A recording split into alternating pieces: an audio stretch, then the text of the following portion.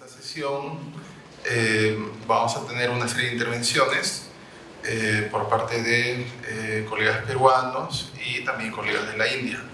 El que habla va a dar una breve proyección de las oportunidades de investigación con la India a partir del proyecto que se desarrolla con la Fundación Digamber. Luego la profesora Patricia Victorio, que es ex directora del Fondo Editorial de la Universidad Nacional Mayor de San Marcos, es una destacada especialista en Historia del Arte hispanoamericano, miembro de la Facultad de Arte, y que nos va a acompañar también en la mañana. También tenemos en proyección la presencia de un arqueólogo, Alberto Bueno, que va a compartir sus experiencias, es un profesor ya de avanzada edad y es descubridor de La Galgada, un sitio del periodo arcaico, es un contemporáneo casi acra, que nos va a compartir su experiencia sobre la estética, la iconografía de La Galgada. Y finalmente nuestros amigos de la India, el profesor Murad Khan, que va a compartir su experiencia sobre la literatura India y cómo en la India y cómo el tema de América Latina está presente en esta. Y finalmente Sri Nirmal Kumar Jain Sethi, que va a compartir estos hallazgos que en Etiopía se han encontrado, o referencias a la iconografía jainista, ¿no? Etiopía en el este del África. Entonces, en este día, en algunas conferencias tenemos el apoyo de Murad, distinguido profesor de la Universidad Ligar, para llevar a cabo la interpretación. Y bien, empezando esta sesión, quisiera un poco establecer el estado de la cuestión de la India con Perú y cómo se pueden desarrollar proyectos, investigaciones que permitan el desarrollo de la educación superior peruana y la educación superior de la India. Habría que indicar que el Perú en el siglo XXI ha desarrollado ha dado una serie de pasos para vincularse con las economías emergentes. El siglo XIX vemos una gran presencia de Inglaterra, el siglo XX una gran presencia de Estados Unidos, y el siglo XXI vemos que la presencia norteamericana se ve matizada, ¿no? Ya en estos años, China se convierte en el gran mercado peruano, ya no Estados Unidos, sino China. La India ha ido creciendo, así como China, y aparece como un mercado y un medio muy prometedor para el desarrollo peruano. También lo entiendo que Perú lo es para India. Entonces, la pregunta aquí sería: ¿China es el futuro, la relación peruana-China es el futuro de la relación Perú-India? Bueno, hay algunos inconvenientes respecto a esto.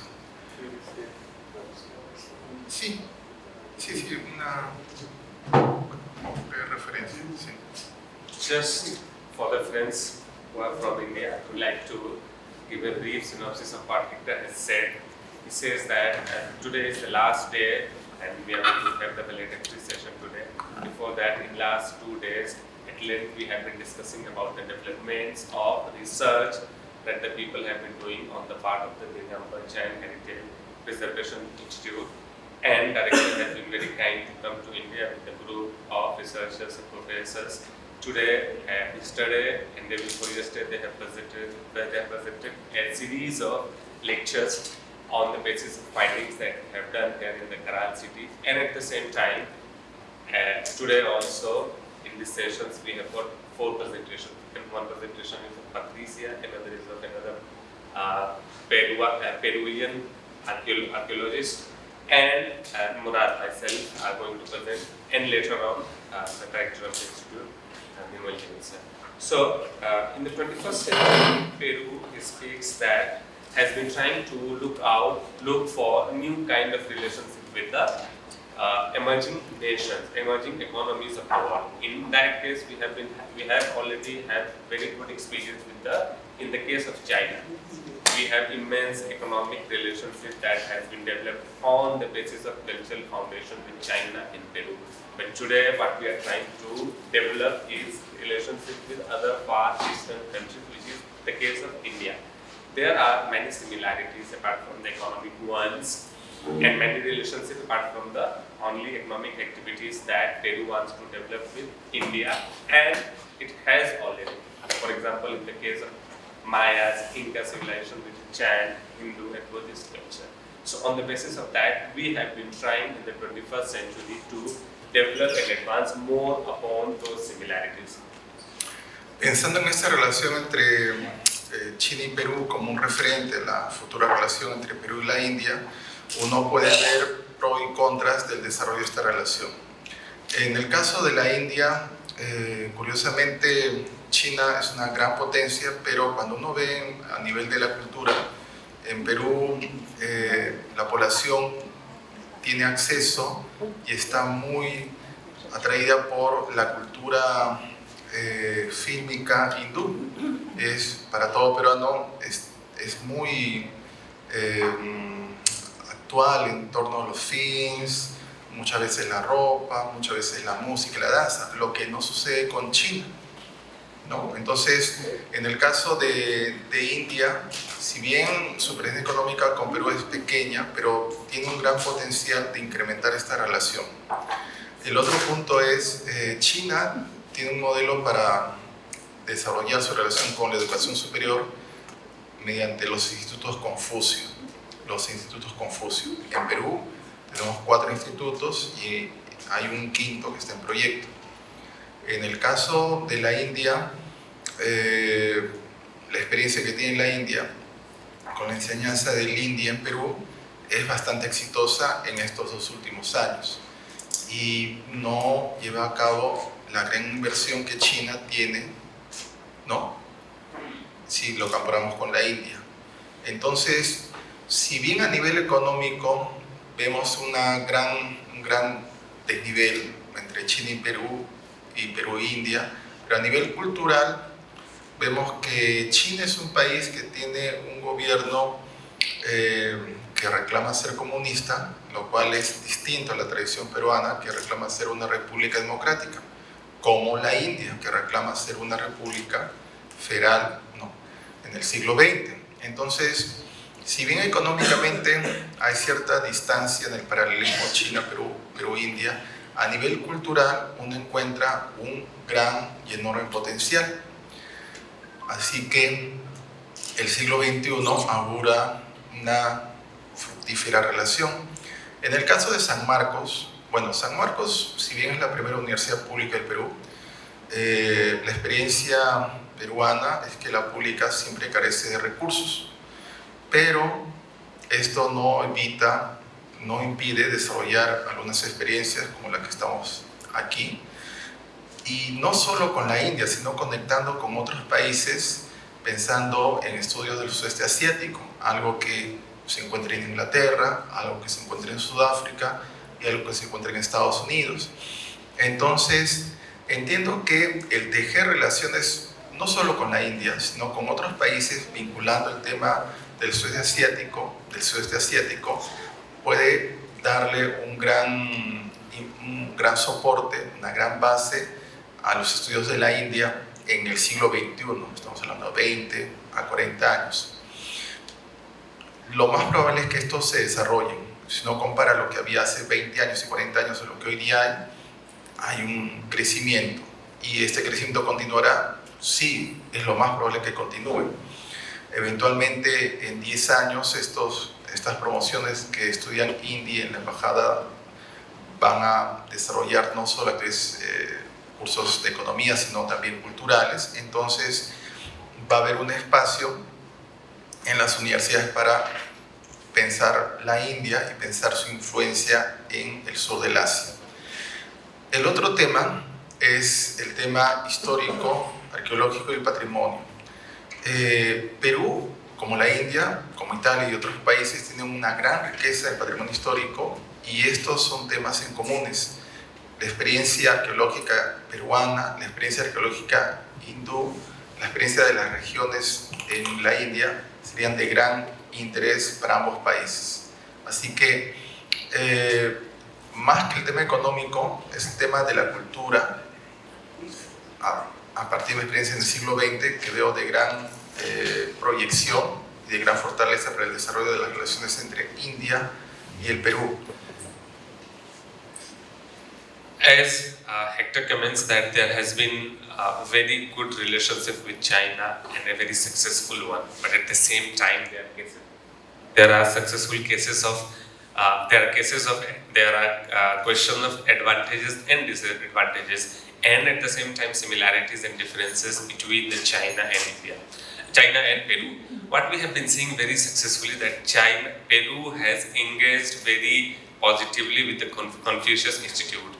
And at the same time, here in Peru, there are many institutes who want to develop relationship on the basis of cultural, religious, archaeological aspects, which we are trying to tap in India. So in India, the relationship and the development of relationship that we see today is very successful, and we are trying to look forward to establish those relationships in future, at least for 20 and 40 years down the line.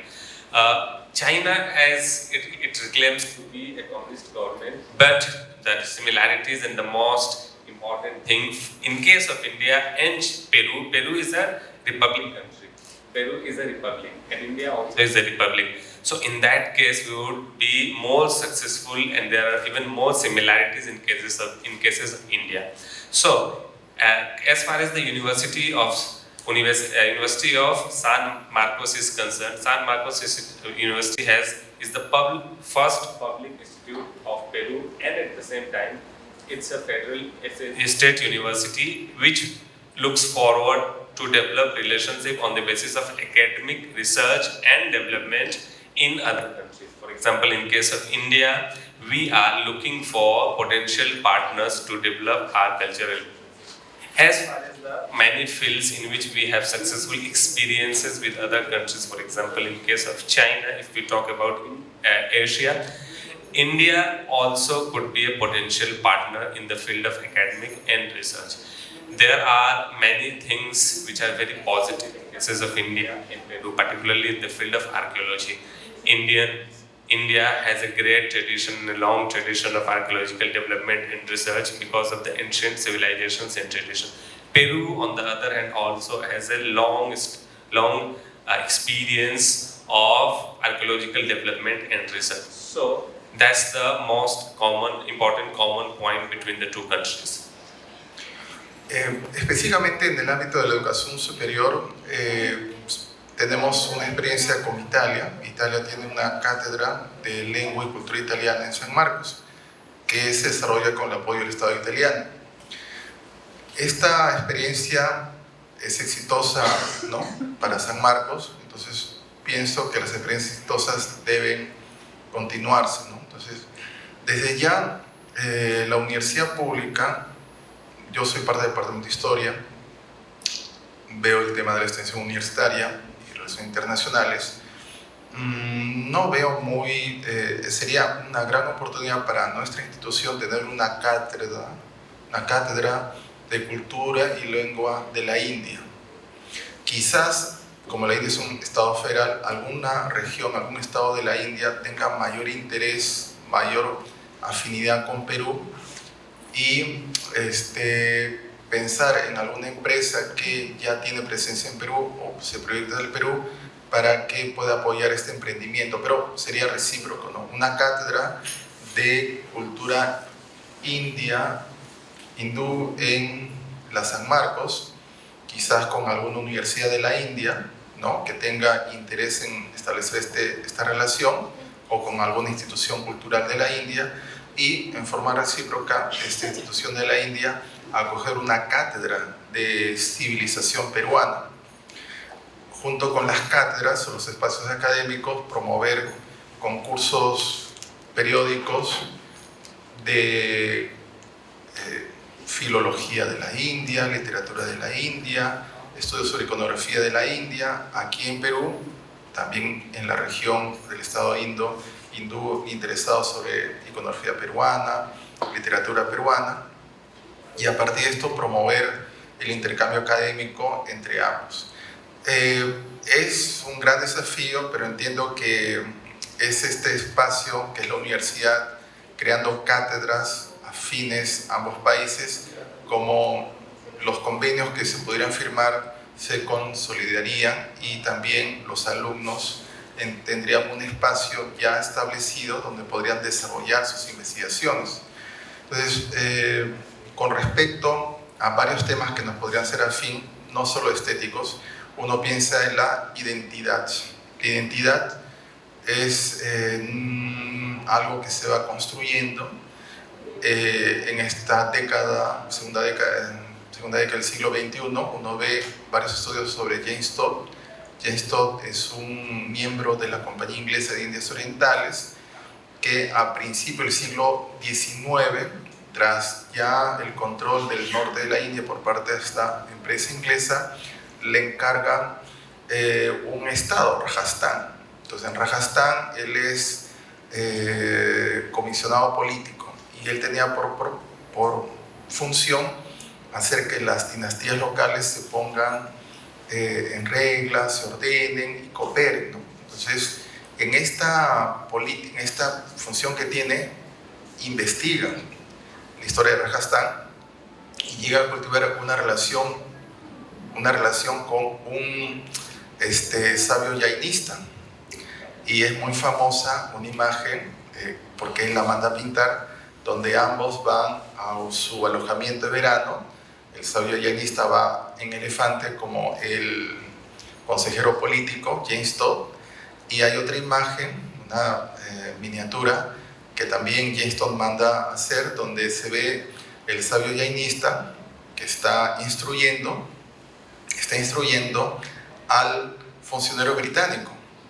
El funcionario británico toma apuntes y escribe atentamente con la cabeza gacha, mientras el sabio jainista tiene la cabeza levantada y da la idea que está llevando a cabo un discurso, y evidentemente son sobre textos antiguos.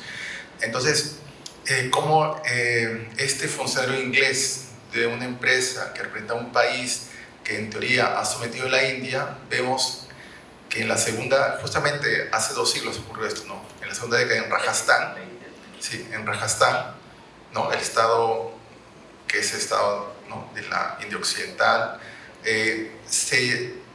esta situación asimétrica donde Inglaterra controla parte de la India, a nivel cultural vemos que el inglés sigue atentamente las indicaciones del sabio jainista para, ¿qué cosa? Para escribir una historia de Rajastán.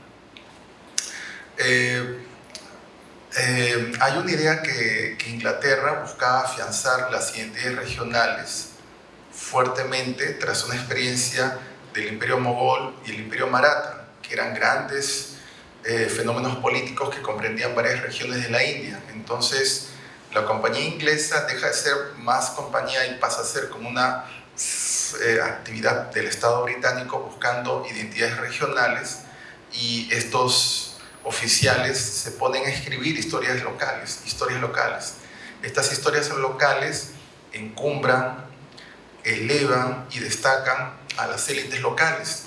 Y es muy curioso porque en el siglo XX, en Rajastán, se hace un premio James Todd.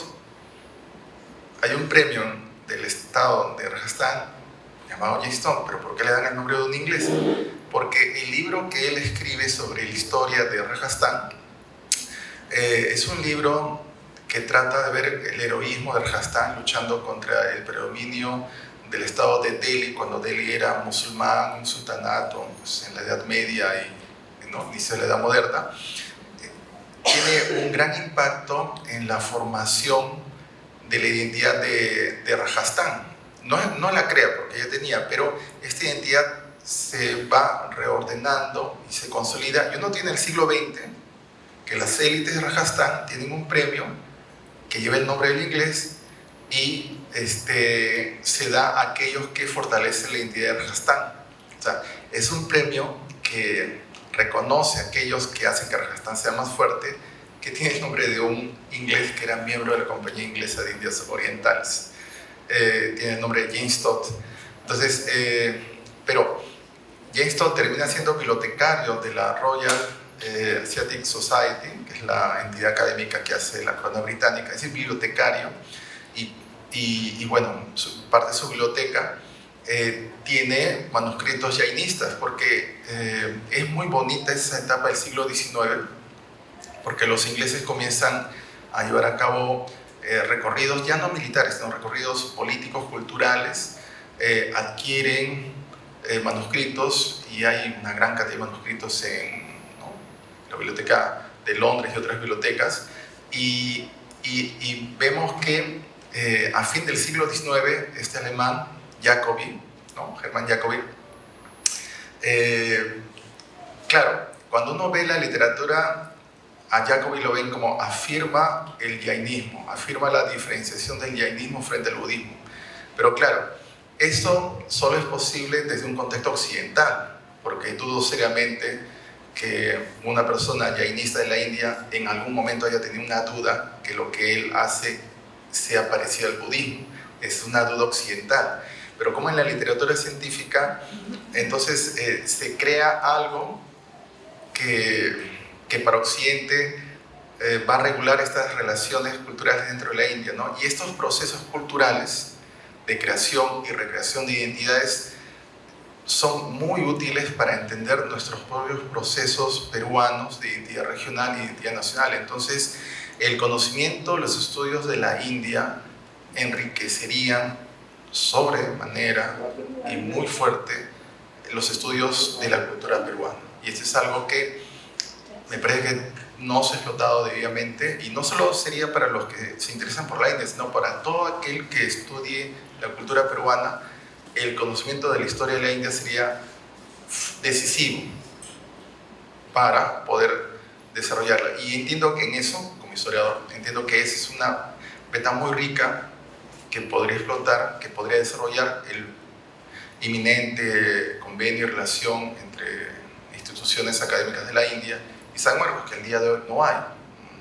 La India tiene grandes universidades, pero San Marcos tiene convenios con ninguna, ¿no? Y esperemos que ya este año tengamos un convenio y podamos, a nivel de arqueología, a nivel de identidades, a nivel de estética, desarrollar actividades comunes.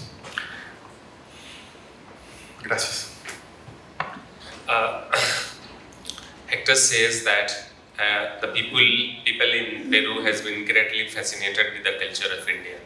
All that we have seen is the culture in the case of films, music, gastronomy, the type of clothes wear that people also put on. So everything about India people are entirely fascinated with here in Peru. But he wants to draw attention to the president, to the director of the institute here, that we would also have to try to establish a particular chair of academic research and development between India and Peru. In Peru has this successful experience in the case of Italy, where people are imparting in the Italian embassy, and Italy has a academic agreement with Peru with the University of San Marcos. So on behalf of the university, he would like to draw your attention about establishing a chair of research and also an exchange between the teachers and the students. So the cooperation in the field academy is very much important, as is the case of Italy. We have had very good relationship, and there are classes of Hindi in the Embassy of India in Peru, but we will have to do that on the basis, on the level of universities, academic institutions, organizations, whosoever want to develop and be in contact with the further research and work related to archaeology, history, culture and religion.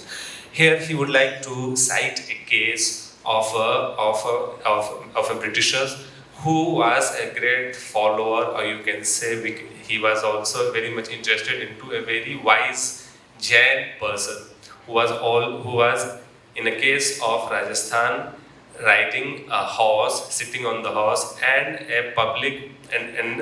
a British official was following him just in order to know very well the history of Rajasthan. So he wanted to write that letter, he wanted to write the history of Rajasthan, and later on he also became a great follower of the Jain person riding on the horse.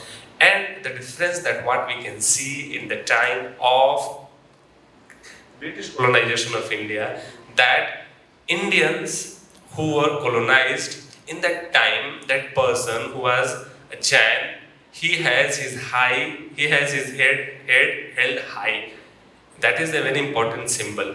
And the person who was following him, a Britisher, was following him with his head held down. So that is a very important symbol also of a culture and traditions of the Jain people. And later on, after many years, a chair was established in the name of that British person who also became the librarian in the Royal Academy of London.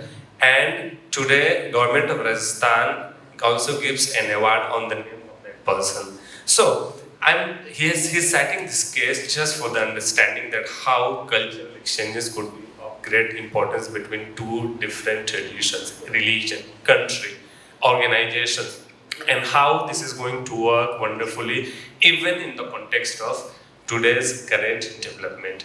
Current development we can see in cases of history, in cases of another person, Britishers, who has written about the developments and the differences between Jainism and Buddhism. So these types of work, they are not only important in the case of Peru and India, but also for any kind of researcher, any person who would be interested in understanding those two cultures, religions, and those two traditions. Okay. Thank you very much.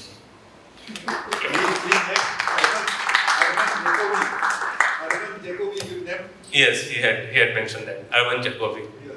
So these two persons, one was the person who was the Britishers or British official, another was the person who author who wrote about the difference between Jainism and Buddhism. What was the name of that Jain person? The wise Jain person who was telling the story of Rajasthan. Yeah.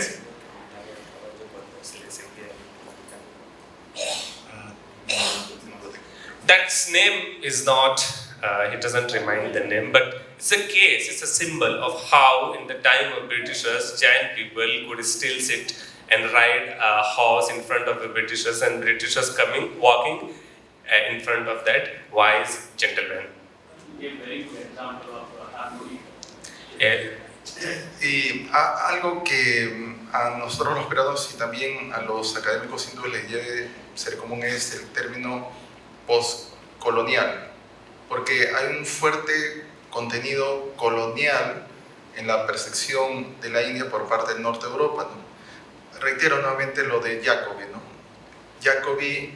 Germán Jacobi habla de la diferencia y distinción del jainismo, pero en realidad dudo seriamente que algún jainista hubiera tenido que esperar que Jacobi le diga que lo que él hace no es budista.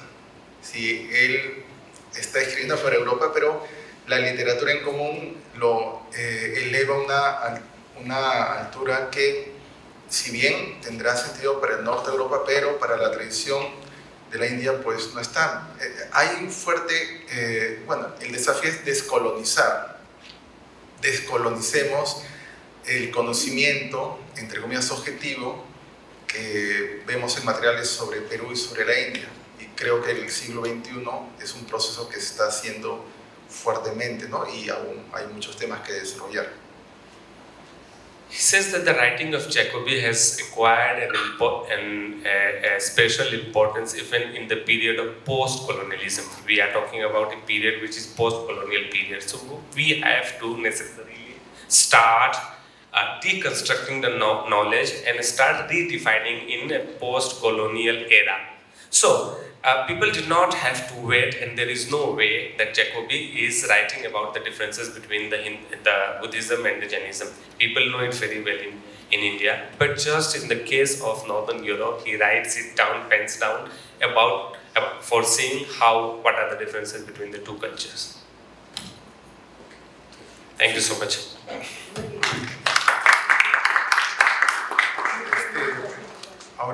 quisiera invitar a la Magister Patricia Victorio. Ella es una especialista en arte barroco. Hoy día nos va a hablar sobre los principios del arte del antiguo Perú. Entonces quisiera recibir con un fuerte aplauso. We'd like to invite Patricia now. Patricia is a professor and researcher in the field of Baroque art, and she's going to speak about the art, the state of art in Peru. So we'd like to receive her with a great applause.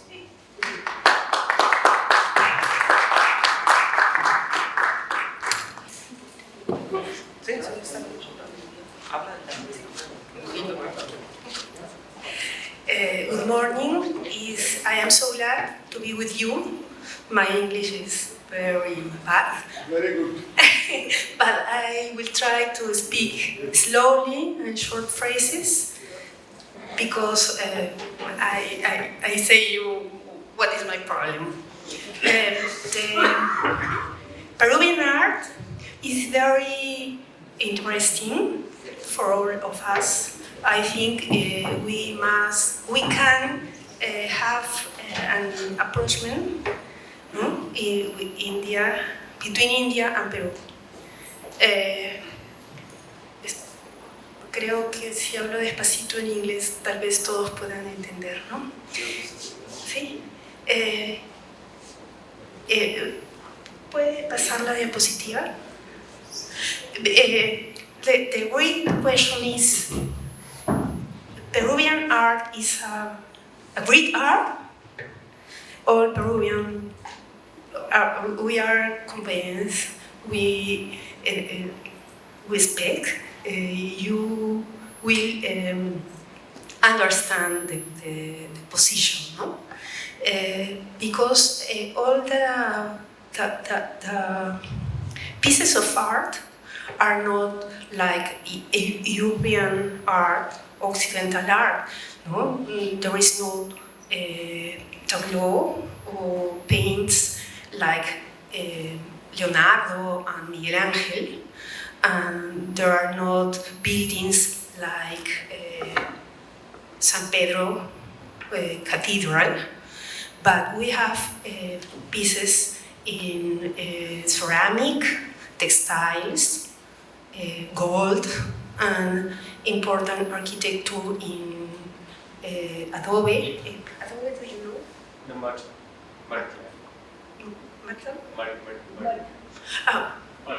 And stone, and is so different, no? The aspect of the buildings is different, no? Because it's in load or adobe. I don't understand. Adobe looks poor, very poor, no? Don't looks power, no? It's fragile, and we have this type of bottles in ceramic. No? They are very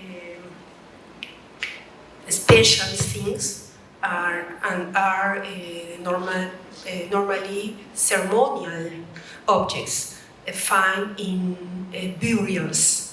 The next, the siguiente. And we must make the same class of analysis of these pieces, are the same parameters. In our history we have this problem, no? Because all the bibliography, all the books are in written by the archaeologists, and are many. I saw few books written by art historian, because all the pieces of ancient Peru are studied by archaeologists, and the art history have no an interest in these pieces since the middle of 20th cycle. And a big problem is the iconography. The study of iconography always looks for the significant, for the meaning of the image, but all images not always say the same things, because we can see the first image is a human being with a face of cat and báculos, varas. Okay. Tienen las varas así. Has stands on both sides. Right. And brick on the back side. Mhm. Both sides. And this iconography, or this being, has appears many times in the art history of Peruvian, no? Since the times like Caral, and we can see it as the end of the pre-Columbian period. La siguiente. And you can see, no, the many representations of him. The Incas think he was Viracocha, the great god, the powerful god. But we don't know if he is the same along the time. La siguiente. ¿Se entiende? Sí, sí. Sí. Me dice si it's not the same case in Occidental art, no? Because for example, in the Renaissance, the poets and the painters worked together, no? And we can see this paint, El Nacimiento de Venus born, the Sandro Botticelli, and all the people it has a name, and Poliziano, the poet, he explained who is the role of anyone, no? And you can see the poem, no? It dice, you can see she avancing. Puedes reducirlo. De la Sí, el poema. poesía. Es lindo el poema. Sí.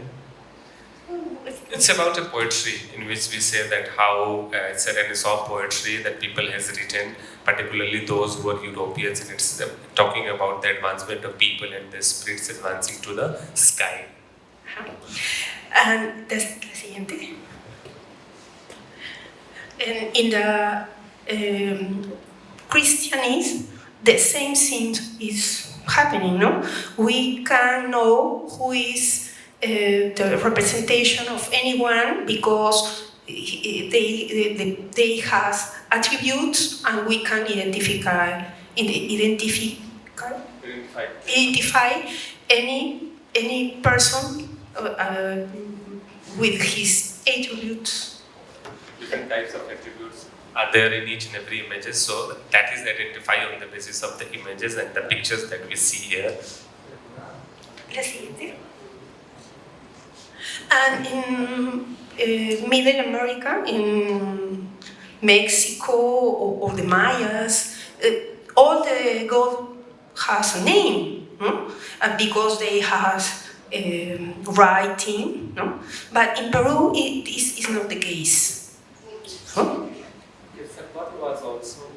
Quetzalcoatl in this case was also god of serpent god. Yes, la serpiente emplumada. Senor Nirmal Chand, sir, we were talking about the snake god and his hair in the Quetzalcoatl. In this one, the fourth one, Quetzalcoatl god. I have seen the books, and you had also mentioned before about the Quetzalcoatl. The third one in the image that we can see on the top of it, sir ne bataya tha Quetzalcoatl god ka importance. And he is the god of the wine. El señor director estaba ya hablando, sabía de is the first picture arena.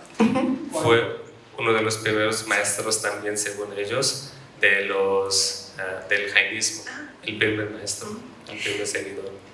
Gracias, por favor. Thank you. But this is not the case in Peru because we don't have Rosetta Stone yet.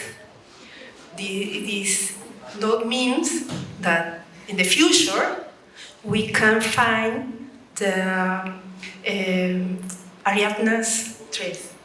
¿No? El hilo de Ariadna. De Ariadna's thread, ¿no? ¿Sí?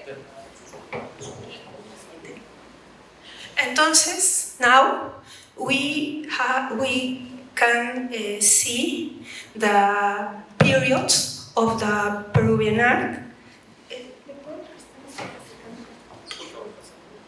And I have made a timeline to see the periods and also the time of the development of our cultures with a chronology took from the archaeology. The most ancient periods is lítico o preagrícola, pre-agriculture, and archaico, and then we have two terms. Gracias. Sí, sí, no me alcanza. That takes the name of horizonte and intermediate periods. And horizonte, horizon, means a period with a culture that ocupa It implies. that is in many places the same culture or culture that has a great influence in other places. This is an horizon, and a period, intermediate period is a period where there is not the influence of this culture and grows new cultures, local cultures. Entonces, lítico, the most ancient, arcaico, horizonte, temprano, es decir, early horizon, early intermediate period, middle horizon, later intermediate period y later horizon. And now we have to see, we can see the development and the pieces. You must see We will see continuation, different kinds of pieces and different images of the pieces of art here in Peru. And I can, voy a pasar un poco más rápido ya porque ya no es esa parte introductoria. So we are going to see that, and for any doubt we can also, I can keep explaining, but we will, she would like you to first have a look at all the pictures and images. And if you have a question, please. If there is any doubt, I will be here to explain all the things. Okay? Sí. No?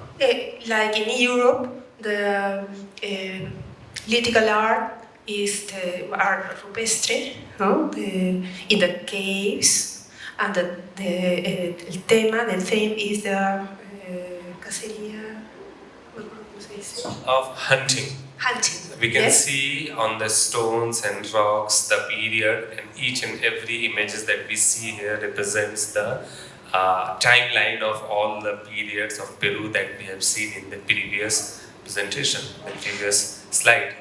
And the animals are camelids. La siguiente. And in the most important thing is that in archaic times, all the themes or the practice all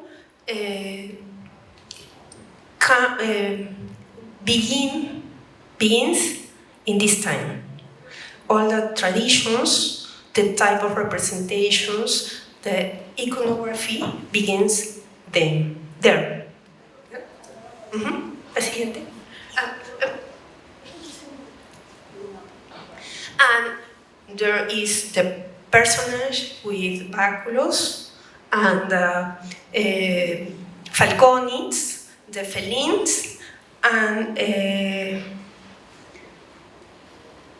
las serpientes. Serpents. Snakes. Snakes. And you have go to Caral, but there are many places contemporary to Caral. No? Caral is in the north central coast, but in Lima, the other place important is Paraíso, Chuquitanta, o también está Sechín. It is a very important period, and all the traditions of the buildings begins in this time. And the ornamentation of the buildings too. In different materials, no? In barro, luz, barro, Mud. and stone. And then the other important time is the early horizon with the Chavin temple in la Sierra, the mountains, no? And is the time of unification and a culture expansion. If you have a question, If you have any doubt, meanwhile, because there is some technical problem there in the computer, so any doubt we can also have clarifications about it. I just wish the when you were talking Yes. related to the first statement, but what was that symbol? Quetzalcoatl. It's a snake god. Yes, it was the first god of, as Sir says, first Tirthankar. No, first was the Quetzalcoatl. Yes. that is the bull, but if you say snake, it is the Parsh. So there are pictorial presentations of snakes in various excavations sites that they have found in the timeline that she has described, belonging to each and every timeline. So she says that they are also available, apart from the Caral, they are also available in other places which is very close to Lima city. Caral is a place far away, but in the Lima city also they have found other places where we could see such kinds of in the excavations paintings. It's really very appreciable. What is the period of that? So every picture had a timeline of period. So she started from 20,000 years ago, and on every stone, on the rocks, whatever has been depicted or painted or carved. So it has been today made as an image. On the left hand side, we had seen there was the image. To have tried to portray those images here in the new form, try to redefine it. Dicen que está interesante ver esta presentación porque ahí tú lo has rescatado desde un tiempo mucho más anterior de cuáles fueron los encuentros de las excavaciones. the buildings, all the ceremonial center were the place, the location is strategical. Is between two rivers and in association with the stars and with points north, east, west. No, it was very important. All the places has a strategical ubication. La siguiente. And we have the first fiery god, no? with all the iconography or with all the elements of their force, like the teeth, the eyes, and the smile, no? And they can show the serpents, or the snakes, the feline, and the birds. And now we can see the other expressions, no?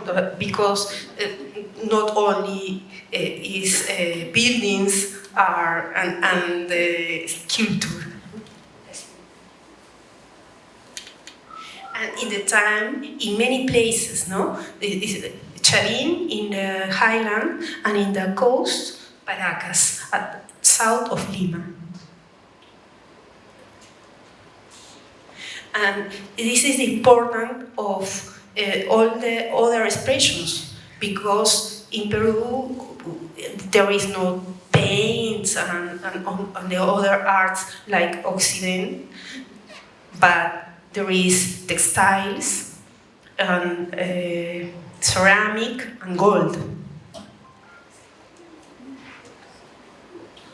And it's a contrast, the colors in many of the textiles, and soledad,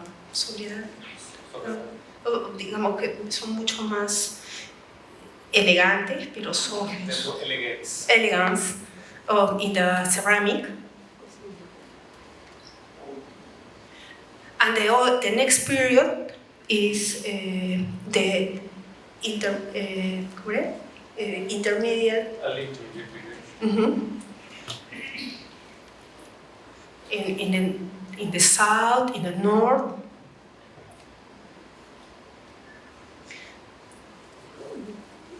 The murals. Mural painting. One of the cases of the mural painting.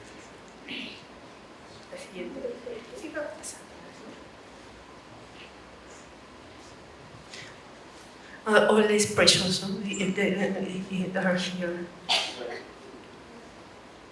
The south, no? There was many natural montículos, hills. And the people construye encima, no? They went constructing one ever banana. Over the natural hills. There are. Pero acá el núcleo is a natural hill. It's also very close to Lima.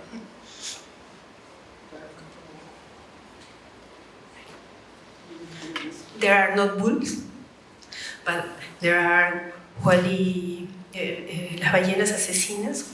The whales, the examples of the whales that we saw in the corrals, that they were the images of the whales. They had put one side of the temples, the temple or the house of the priest. Or human sacrifices. Also the cases of human sacrifices. And geometrical ornamentation. And the gods with masks. The siguiente.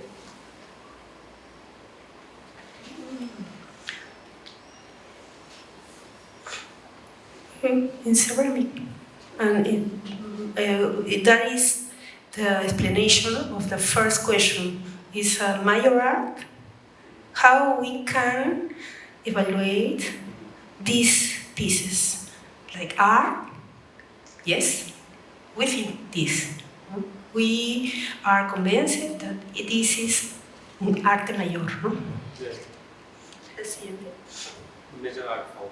Major art.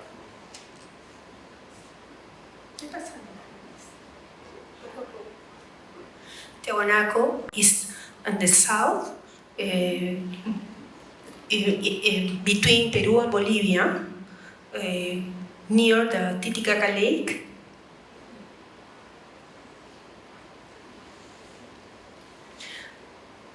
Señor de los Báculos. Viracocha.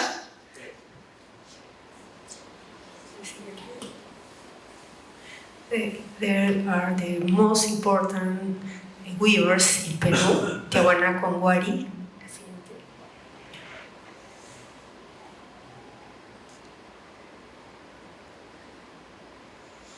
The Middle Horizon with Huari, the herederos. Ajá. Siguiente. It's okay. The same God. La siguiente. We think. Sí, la siguiente. And some modern art historian thinks that this is the first modern art because it's an abstraction, but we can see a personage. This is the mouth, the teeth, the eye, etc. Sican. In the north, in the Middle Horizon, in the end of the Middle Horizon, with many gold, much gold. Chan Chan, in Chimu, in a later intermediate period, the big city of Barro. El Barro no se me quiere nunca. La siguiente. In the Central Coast, Chancay, in textiles and ceramic. El Museo a Mano, if you like, you can go and visit Museo a Mano and you can see the best collection of Chancay in all Peru. And the end is the later horizon with the Incas. They have been in the government 90 years, only 90 years, but the Incas,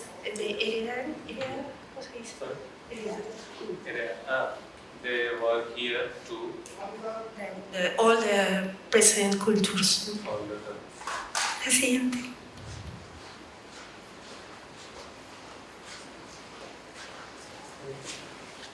Ahí.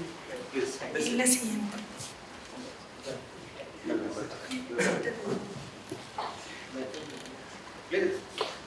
Oh, thank you very much for your attention.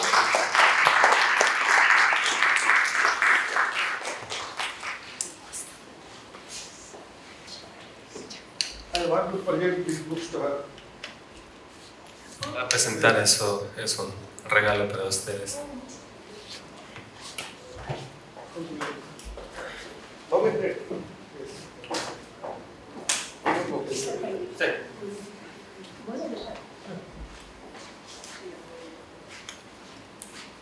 You're doing very good paper. Very good. You are It was very good. really nice. Read by. No, it's all right. Slightly. Bien, continuando con la cuarta sesión del Congreso Interno de los Estudios Llanistas, quisiera invitar al profesor Murad Ahmad Khan. El profesor Khan es especialista en filología hispánica, ha estudiado en la Universidad de Delhi, trabaja en la Universidad Aligarh, la Universidad Musulmana de Aligarh, y bueno, tiene un conocimiento de América Latina, está en México, estudió en el Colegio de México, ha estado en Perú anteriormente, en Brasil, y es un gran promotor del estudio de lo peruano en la India. Así que quisiera recibirlo con un fuerte aplauso.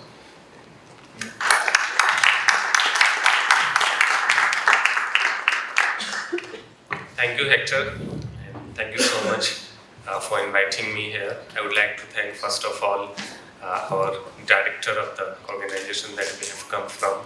He has brought a huge lot of people, researchers, academicians, and certainly I would like to put on record a huge gratitude towards him. I would also like to thank Mishra sir here. He's very kind to be here from the embassy. He takes care of the administrative and the cultural aspects of the embassy of India and Peru. they have received us with great, huge affection and love in the embassy also day before yesterday, and took out time for coming here today. I'm going to speak particularly about. Voy a hablar en español después, pero nada más necesito un momento para hacer una sinopsis del trabajo que voy a presentar. I would like to ask in detail. I would like to present in detail about the works which has been done by the Latin American writers about India. There are lots of Latin American writers writing about India, the literature and the culture. They have been very enchanted, as also Hector was explaining in the very beginning of his lecture, that how this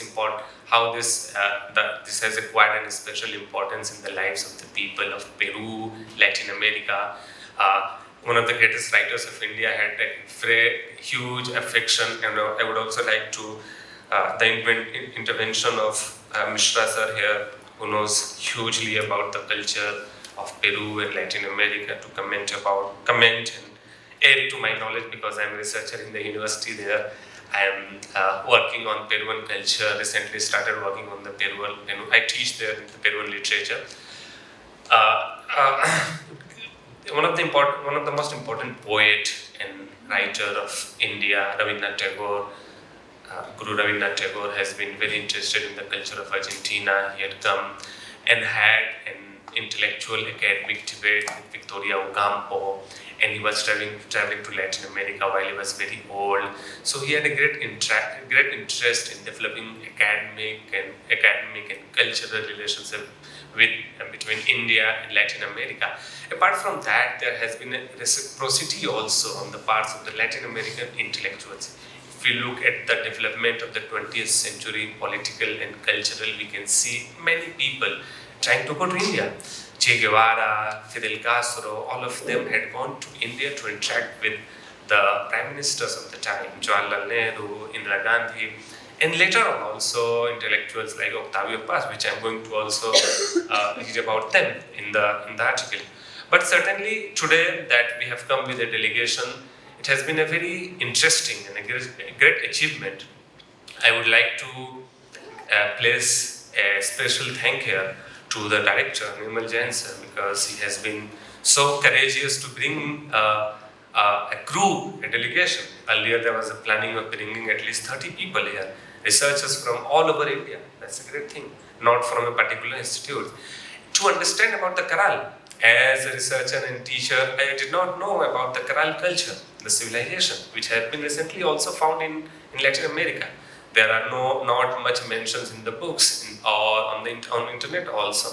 So, now I'm going to start my paper in Spanish. Voy a hablar un poquito sobre la cultura y la cultura de América Latina, especialmente todos los que han trabajado, los intelectuales, filósofos y poetas sobre la India. Uno de los grandes autores del siglo XX, a principios del siglo XX, un filósofo de la India, uno de los grandes poetas de todos los tiempos de nuestro país, se llamaba Rabindranath Tagore, ha recibido un premio Nobel de Literatura. Trabajaba los temas de la filosofía hinduista, filosofía universal. Entonces, haciendo el planteamiento de este trabajo, también había acercado físicamente, cuando ya era muy grande aquí en América Latina. Trabajó con Victoria Ocampo, uno de los grandes autores. Ella era una gran autora de aquí, de Argentina. Entonces, de Perú hemos tenido una influencia muy grande. Grande en los términos de que cómo se han ido desarrollando los trabajos en el siglo XX sobre los aspectos culturales, específicamente hablando también de los desarrollos políticos. Y en cuanto a eso vemos los grandes aportes de los autores como José María Arguedas. Yo doy clases en la universidad sobre el autor José María Arguedas, uno de los grandes intelectuales, José Carlos Mariátegui, y seguramente hay algunos profesores e investigadores que han trabajado sobre César Vallejo. Todos los que estamos trabajando sobre la cultura latinoamericana, tenemos que dar un gran énfasis sobre el trabajo de César Vallejo. Y otros autores también, como Ciro Alegría, todos los que escribieron particularmente sobre el planteamiento político y cultural de los pueblos, no solamente pueblos indígenas y los pueblos marginados de Perú, de afroperuanos. Entonces, en cuanto a eso, quería también en este artículo ver cómo es la influencia de las culturas de la India sobre, o qué piensan. Estábamos trabajando en una investigación recientemente por parte de la universidad y por parte de otras organizaciones de que cuál es la imagen de la India en los filósofos, en los intelectuales, y qué piensan sobre la India.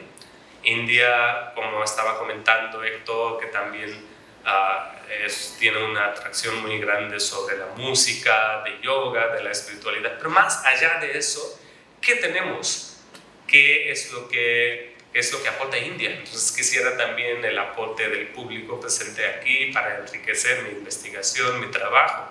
Apenas estamos trabajando sobre México, yo en mi caso estoy trabajando sobre México, Guatemala, y ahora es hora de trabajar sobre Perú. ¿Qué es lo que estamos haciendo? ¿Cuáles son las similitudes? No solamente al nivel ficticioso, sino que a un nivel profundo. ¿Qué similitudes podemos encontrar? Entonces quisiera que ustedes también me digan para que vaya anotando, que me aporte mucho en mi investigación. Bueno, voy a leer un poquito, ahí podrían también pararme cuando vean que se hace muy aburrido, porque generalmente no es bueno leer solamente viendo allí, pero bueno, pueden pararme cuando quieran también. Bueno, voy a ser muy breve hablando de este paper que he escrito, se llama Imagen de las sociedades orientales indias en la percepción de los autores latinoamericanos. Yo como un literato, un profesor de la literatura, trabajo en los temas de doy clases de la literatura latinoamericana. Entonces he trabajado sobre señor Arguedas, Mariátegui, Ciro Alegría, César Vallejo, los grandes filósofos de Perú. Perú ha tenido un aporte muy grande en los términos de que cómo va desarrollando a la sociedad, y a base de la sociedad cómo se desarrolla la literatura latinoamericana, peruana. También la importancia de los pueblos afroperuanos, cuando Perú tiene una gran historia. Perú tiene una gran historia en cuanto al establecimiento del vicerreinato en México y en Perú, y desde ahí controlaban toda la América Latina, los españoles cuando vinieron, y el cambio que tuvo lugar después de la colonización de América por los españoles, por los europeos. Entonces es muy interesante ver la sociedad peruana, todos los que hemos venido aquí para tener una experiencia práctica. Yo he venido a Machu Picchu, Cusco 10 años antes, pero ahora lo que veo es una sociedad totalmente también transformada. Con el paso del tiempo se va transformando la sociedad cada día. Bueno, voy a leer el paper un poco.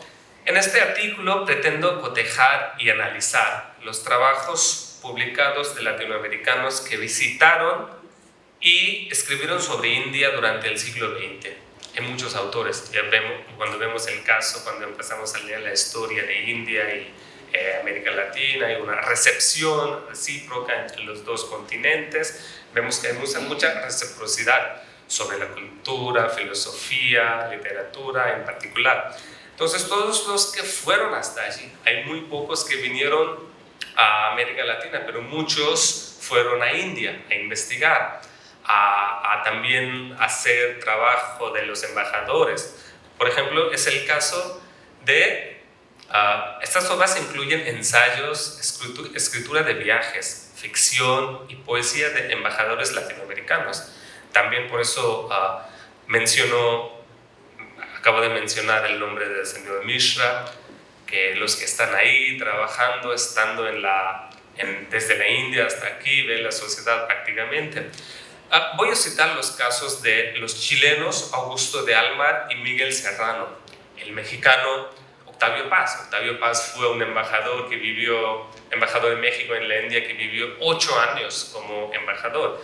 y estaba muy interesado siempre en la cultura, historia de la India, que luego ganó el Premio Nobel de Literatura. Y el embajador viajeros ocasionales a la India, el escritor cubano Severo Sarduy, la bailarina y educadora dominicana con sede en Nueva York, Josefina Baez, y poetas Rogelio Sinan, el cónsul panameño a la India británica en 1938. Entonces, faltaría el caso de Perú. Habría que ver quiénes fueron allí, estuvieron ahí por parte de... Bueno, hay mucha gente que va a la embajada, hace su trabajo, labora como titulado de la embajada, pero hay pocos que están trabajando en los temas culturales, pocos que se interesan en trabajar en los temas culturales. Por eso menciono el caso de Octavio Paz, que se interesaba mucho por la cultura, iba a pasear por todo el país, ver.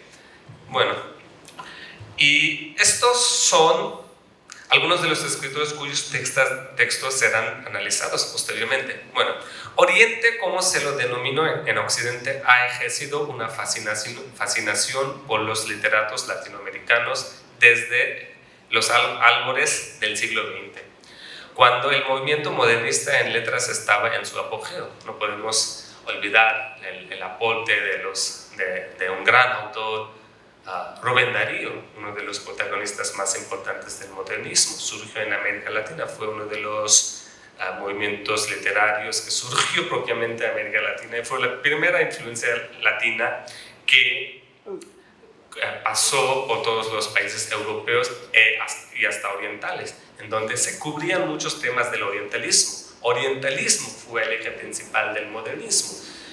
Las figuras exóticas, el exotismo del oriente, los templos, los cisnes, las figuras, muchas figuras simbólicas, figuras de los dioses, diosas. Entonces esos cobraron una importancia especial en la literatura del modernismo. Entonces, escritores como Rubén Darío tenían un gran deseo de ser cosmopolitas. Un gran deseo de ser cosmopolita. Eso también es un punto muy importante de ver. Todos los otros autores que escribían para los americanos, para un público limitado. Cuando viene Rubén Darío, José Martí antes de él, también empieza a escribir sobre los temas ya muy cosmopolitas. Por eso fue que influyó mucho a Europa, hasta Europa. Y antes de Rubén Darío, José Martí, todas las influencias literarias venían de Europa hacia América. Bueno, entonces, Rubén Darío tenía un gran deseo de ser cosmopolita y trascender la visión prosaica del mundo del realismo del siglo XIX. Y llenaron sus obras con imágenes tomadas de las culturas de un Oriente considerado exótico. Sus influencias eran europeas, habían asimilado las tendencias de los movimientos literarios franceses, como el parnasionismo, que prosperaron gracias a la inspiración extranjera. Es importante enfatizar que las luces principales del movimiento modernista no viajaron realmente hacia el este, realmente, aunque los temas eran del Oriente, eran del este, pero no llegaron a influir tanto el movimiento como en el caso de Europa. Sin embargo, siguiendo la tendencia de sus famosos compatriotas, burócratas latinoamericanos como el cónsul chileno a la India británica en 1907, Augusto de Almar, escribiría obras sugerentes como el diario de viaje Nirvana.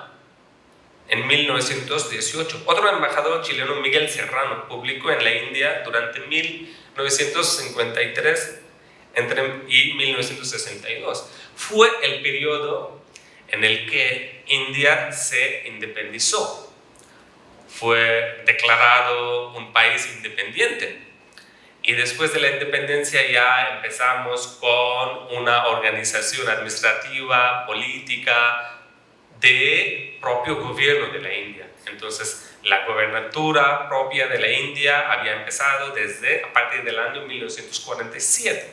Pues estamos hablando, tratando de recalcar desde el mismo tiempo. Profundizaría él en el misticismo hindú. De lo que estamos hablando en este caso, misticismo hindú, y de lo que otros señores e investigadores hablaban de que también era una influencia grande de los Jains, de los jainistas. Entonces, en este caso, había sido seguidor de un grupo de culto estérico, que reclamaba lealtad a una élite brahmin. Brahmin eran los castas más altas, casi los sacerdotes, los que podrían solamente denominarse a ser sacerdotes. En la India, otra persona dentro del lineamiento del casta hinduista, otra persona de la sociedad no puede ser sacerdote, no podría escalar de la casta, aunque sea mucho dinero, poco dinero. El que nació brahmin siempre sería brahmin. En el Himalaya, aunque su búsqueda del santo grial se vería frustrada por la inaccesibilidad del monte Kailash en Tíbet, ocupado por los chinos, intentó, sin embargo, una síntesis basada en las supuestas afinidades entre el tantrismo. Tantrismo se podría relacionarse más o menos con chamanismo, los tántricos, los grandes chamanes. Es una práctica muy común en la India de tener los chamanes, los tántricos, la magia negra. La sociedad practica mucho de la manera de curarse automáticamente, o también por los curanderos para evitar cualquier mal espiritual de la vida.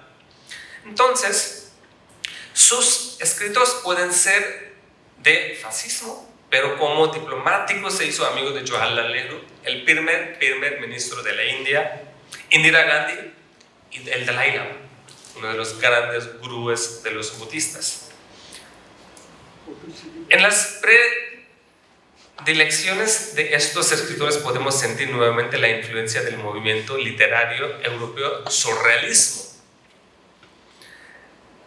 Disgustado con el materialismo y la deshumanización de la tecnocracia de masas, la valorización de las culturas consideradas fuera de la civilización occidental subyace en la escritura de estos intelectuales viajeros que duplicaron sus tareas burocráticas con la filosofización.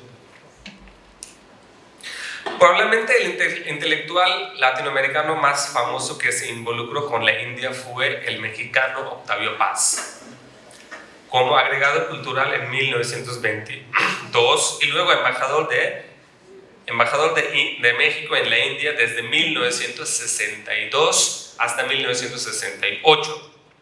La obra de Paz se convirtió en una referencia histórica en la investigación occidental sobre la India. Son las dos figuras importantes si estamos hablando de la relación cultural entre India y América Latina. Octavio Paz, uno de México, otro señor sería el señor Tagore de India. La argentina Victoria Ocampo también es una figura muy importante en cuanto a indagar sobre ver la recepción de las dos culturas. En las predilecciones de estos escritores podemos sentir nuevamente la influencia del movimiento literario. Su interés por el hinduismo y el budismo lo llevó a escribir Alternating Current, The Monkey Grammarian, Conjunctions and Disconjunctions, y In Light of India. Fue criticado en ciertas secciones de la India por el último trabajo, ya que escribió que el hinduismo era incompatible con el nacionalismo. Fue un momento en que había muchos cambios podemos ver en el área de la política de la India en casi 1968. En este tipo de reacción hace reflexionar sobre una idea crucial que se debatirá. ¿Cómo se ha confirmado la mirada del extranjero? La mirada del extranjero es distante la del nativo, porque se posa en aquellos elementos de la otra cultura que son similares o diferentes. La gente, cómo se saluda en América Latina. Aquí para nosotros nos sorprende. Se da un beso cuando se saluda, pero en la India no tiene un contacto físico para saludarse. Cosas así, comida. ¿No? La ropa de las mujeres, tantas mujeres trabajando en la calle. Porque ellos mismos, los investigadores que han venido en este grupo, han venido interrogando a mí cómo es la cuestión, muchos aspectos de la vida que ven a diario. Entonces es una mirada diferente. Es una mirada diferente también para los latinos, ir a la India y ver a los dos varones agarrados de mano, a las dos mujeres agarradas de mano. Eso sorprende mucho. Sabrán los que han ido a la India y dicen que India es muy, muy moderno en cuanto al lesbianismo, homosexualismo y todo eso, pero no es eso, es un fenómeno cultural solamente. Entonces muchas cosas que se afectan. Aquí mucha gente no ha visto las vacas y los animales en la calle, en la ferroviaria, en las carreteras, pero en la India están presentes en todas partes, pero todas partes, sin excepción. En las ciudades más grandes, avanzadas, en las carreteras nacionales de todo el país, está presente. Entonces, esos son los fenómenos, es una mirada del extranjero, por eso es importante, por eso nuestro trabajo cobra más importancia. Trabajos de recepción entre dos continentes, dos países, dos culturas, como lo estamos viendo en el caso del jainismo y las civilizaciones antiguas como mayas y más antes de Caral. Bueno, aunque a veces sus inclinaciones pueden parecer prejuiciosas, y la gente tiene prejuicios, nosotros tenemos prejuicios, muchos tipos de prejuicios que se tiene una persona que viene de su país, pero dicen que a veces sus inclinaciones pueden ser prejuiciosas, y es muy peligroso tener un prejuicio de este tipo, o cualquier tipo, o cierto tipo. Es peligroso. Y partidistas. Y eso ha pasado en perjudicar, ver la sociedad como tal, de manera honesta. Eso ha perjudicado mucho de tener un prejuicio. En los dos lados, y perjudica siempre. Sus ideas llaman la atención sobre los que quizás ha sido ignorado. Bueno, en los últimos tiempos, otros viajeros que siguen sus carreras e inclinaciones también se sentirán atraídos por la India, como la artista del performance Josefina Baez, que combinaría el yoga y su experiencia vivida en los tres espacios de Nueva York, la Romana en la República Dominicana e India para producir locuras. En la embajada, su excelencia, embajador, nos estaba contando de que cómo hicieron el día de yoga en Caral, de 300 personas. Era uno de los eventos muy grandes y significativos de la India. Eso también se ha venido haciendo desde hace mucho tiempo. El periodista argentino Martín Caparrós publicaría un viaje a India en busca de Sai Baba. Y la fotógrafa mexicana Graciela Iturbide se uniría con su homólogo indio Raghurai para producir sorprendentes imágenes de la vida en los dos países en el volumen An Eye for an Eye, ojo por ojo. En sus intentos por hacer frente a la diferencia y las disputas a través del idioma, los diplomáticos a menudo han sido comparados con lingüistas y poetas, actores y oradores. En el arco y la lira, Octavio Paz expone sus ideas sobre los poetas y cómo la poesía, a través del uso del tiempo cíclico y los mitos, no ignoran la historia o la política, sino que la trascienden. César Vallejo, en las publicaciones, cuando él estaba viviendo en París, también estaba hablando de la tradición de los afroperuanos que estaban trabajando en diferentes instalaciones de las minas aquí, y trascendía a través del tiempo. La historia quería siempre trascender, no ignora de ninguna manera. Eso es un aporte muy importante de un poeta, de un filósofo, de un intelectual, de hacer trascender la historia, no pararlo ahí, no ignorar, no dominar en ningún sentido, no dominarlo. Aunque es escrita en el tiempo histórico, la poesía trasciende la historia porque se conecta con un tiempo mítico. Como el crítico Armando Torres ha argumentado en una reciente biografía política de Octavio Paz, la marginalidad del poeta desde los centros del poder le da una perspectiva más amplia sobre la política. Los mitos de una cultura también eran diacrónicos y sincrónicos. Los mitos eran un discurso al que se referían en tiempos pasados, pero vivían de nuevo cada vez que se contaba el mito. Es importante saber cómo los mitos también codificaban la historia en los dos países, de la India particularmente. Hay mucha mitología, hablando del hinduismo, y anteriormente ayer estaban hablando un trabajo comparativo del jainismo, las esculturas y las estupas de los jainistas y los hinduistas. Sin embargo, era un paraidioma, porque decía algo diferente de lo que decían sus palabras. Es un paraidioma, los mitos.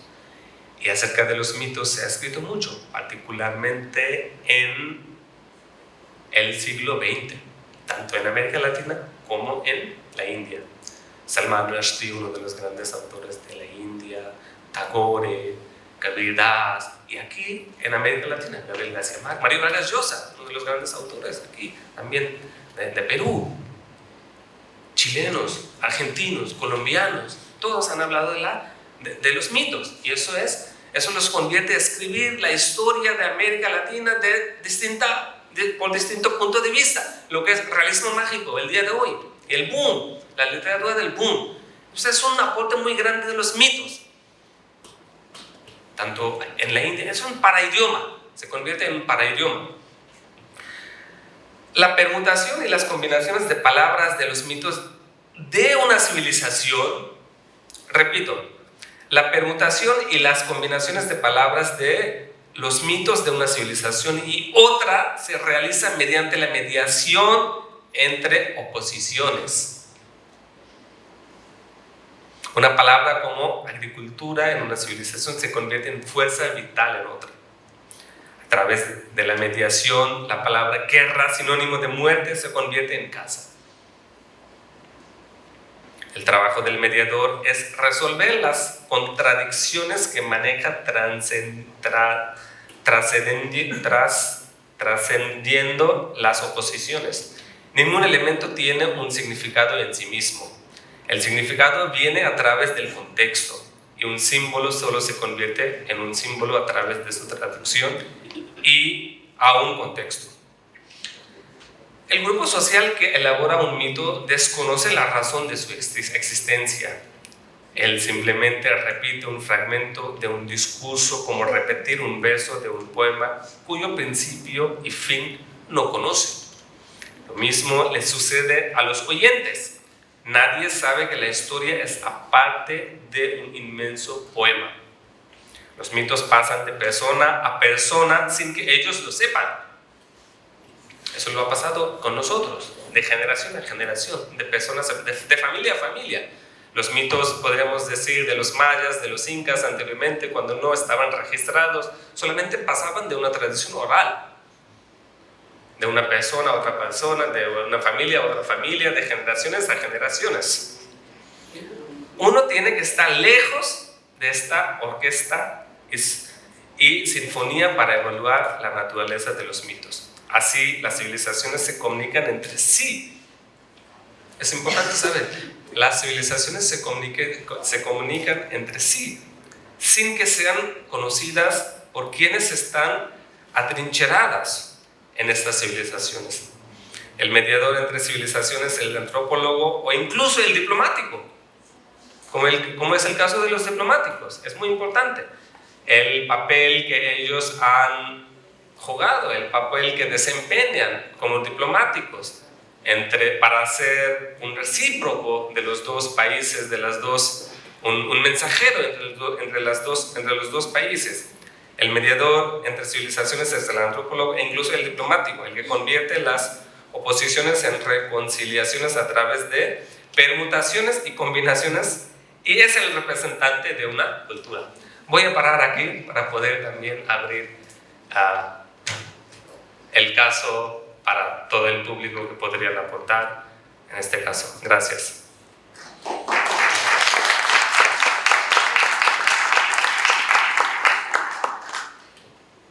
Si hay algo, sí, por favor. ¿Podrían pasar el micrófono así?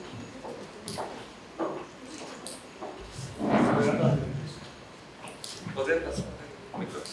Puoi parlare perché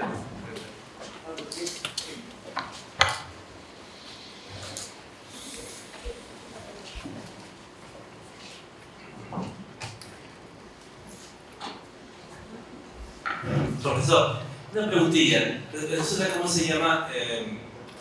Dos preguntas. Una, ¿existe literatura hindú que trate sobre las contradicciones entre las razas, digamos así, del norte contra el sur, o sea, de pequeñas etnias en la India, o sea, en la actualidad? Y otra, ¿cuál es su opinión referente? O sea, en Perú siempre se habla de que Perú es un país multirracial, pero en comparación con la India es mínimo. Y, o sea, el punto está de que, la pregunta está de que cómo encauzar tantas etnias hacia un objetivo, digamos, una meta común. Gracias. Bueno, la primera pregunta es también muy interesante porque sabemos de que tenemos la recepción de las dos culturas y de codificación de estas dos culturas de los países India y Perú, India, América Latina.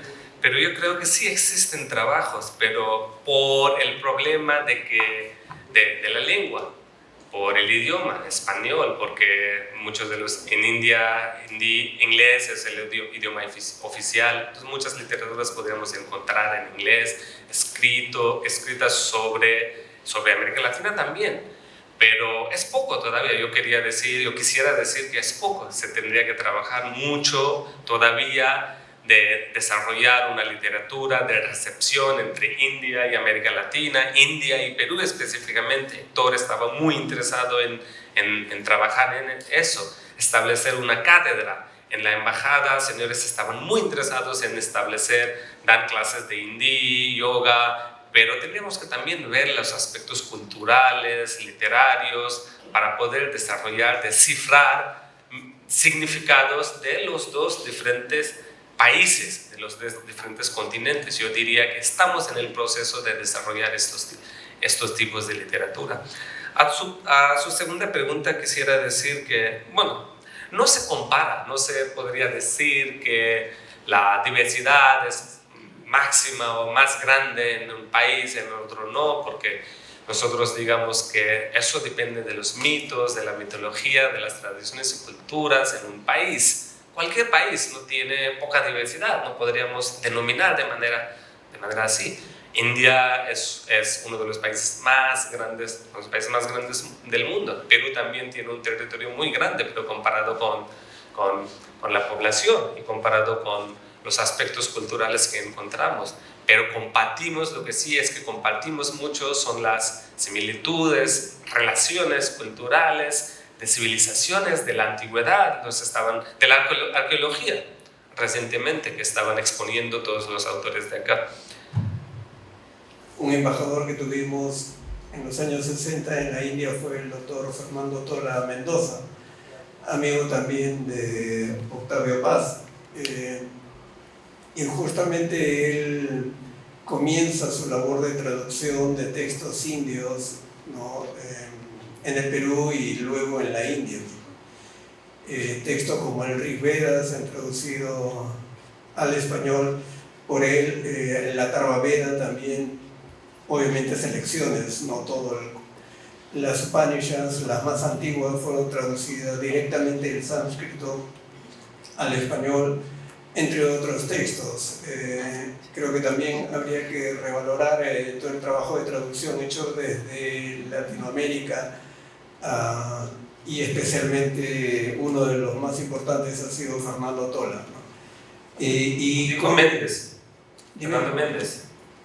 Fernando Méndez. No, Fernando Tola, Tola. Mendoza, Mendoza. que además era sanmarquino. Y desde la India su interés ha ido mucho más. Luego con su esposa Carmen Dragonetti también tradujeron muchos textos budistas, ¿no?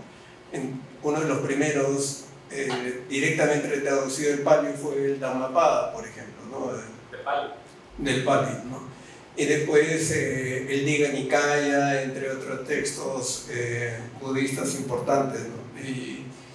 Y también otro peruano que radica acá, el profesor León Herrera, se ha dedicado a traducir textos directamente desde sus idiomas, ¿no? Como el sánscrito. Tiene una traducción del Yoga Sutra de Patanjali, igual que de Tola, que también tradujo ese mismo texto, ¿no? Es decir, hay todo un trabajo de peruanos traductores en ese aspecto. Gracias. Las ciencias sociales y del pensamiento crítico está vinculado con los denominados estudios subalternos y la importancia, por ejemplo, de la obra de Ranijar Guha, Partha Chatterjee, entre otros, digamos, que han sido traducidos al español y cuyos conceptos y formas de pensar una nación fuera de los códigos occidentales, e incluyendo el elemento del campesino como pivote central y las tradiciones orales, han sido muy útiles para pensar América Latina, ¿no? ¿Cuándo fue eso? ¿En qué momento? Más o menos a fines del siglo XX, inicios del siglo XXI, ¿no? Y ha habido un impacto, digamos, en ciencias sociales y en pensamiento político de estos autores. Luego hay también dos textos de Mariátegui sobre la India. Hay uno que se titula Gandhi, que está en la escena contemporánea, y hay uno que habla sobre la independencia de la India, que está en 1930 más o menos. Y luego, bueno, no es producción intelectual, pero a mí particularmente me parece muy interesante ver todo el movimiento, todo el fenómeno de movilidad humana de la India en el sur peruano, el norte chileno y parte de Bolivia, ¿no? Sobre todo en Iquique. En Iquique, que es una zona comercial fuerte, se encuentran muchos puestos de indios y también se encuentran los altares hindúes, ¿no?